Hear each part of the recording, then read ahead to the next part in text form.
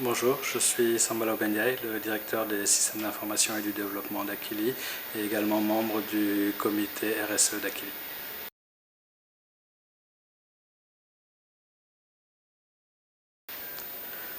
En 2021, Akili a organisé pas mal de sessions de formation à destination de ses collaborateurs grâce à l'appui du 3FPT. Et parmi ces différentes formations, nous avions souhaité en avoir une sur les aspects RSE stratégique. Et avec l'appui de Philippe Barry, nous avons pu mener ces formations à bien. Notre attente vis-à-vis de cette formation sur la RSE stratégique, c'était de comprendre réellement en quoi consistait la RSE, quels étaient les différents enjeux et quelle pouvait être la méthodologie pour arriver à mettre en place une RSE stratégique au sein d'une entreprise.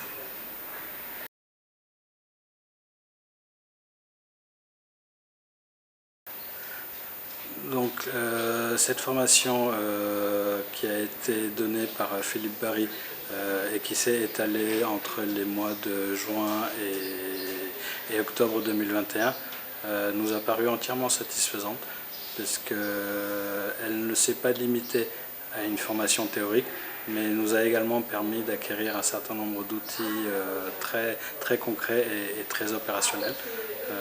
Typiquement, on a démarré effectivement par une formation théorique au début afin de comprendre un peu quels étaient les différents objectifs de développement durable, quelles pouvaient être les différentes parties prenantes à prendre en considération.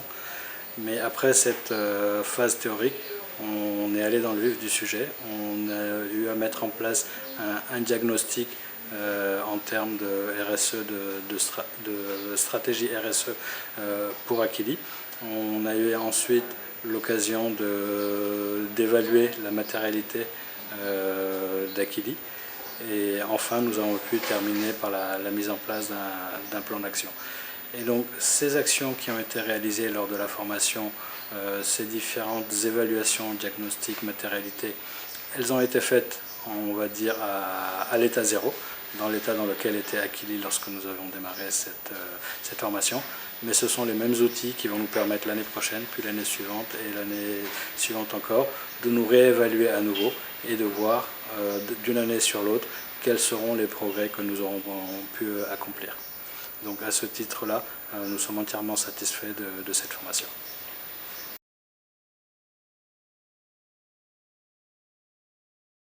Donc, au cours de cette formation, des différents diagnostics et de la matérialité qui ont été élaborés, nous avons pu identifier trois enjeux majeurs en termes de RSE stratégique pour Akili. Le premier qui concerne la gouvernance au sens large, la stratégie RSE, donc sur lesquels nous avons pu acquérir un certain nombre d'outils pour nous aider dans la structuration. Un deuxième enjeu qui s'est révélé tourne autour de l'énergie, de sa gestion et de son économie. Et le troisième grand enjeu qui est apparu tourne autour de l'éducation, l'innovation et l'insertion des jeunes, qui est également un élément qui est important pour Akili dans le contexte dans lequel il est, à savoir de mobiliser beaucoup le savoir-faire et les compétences.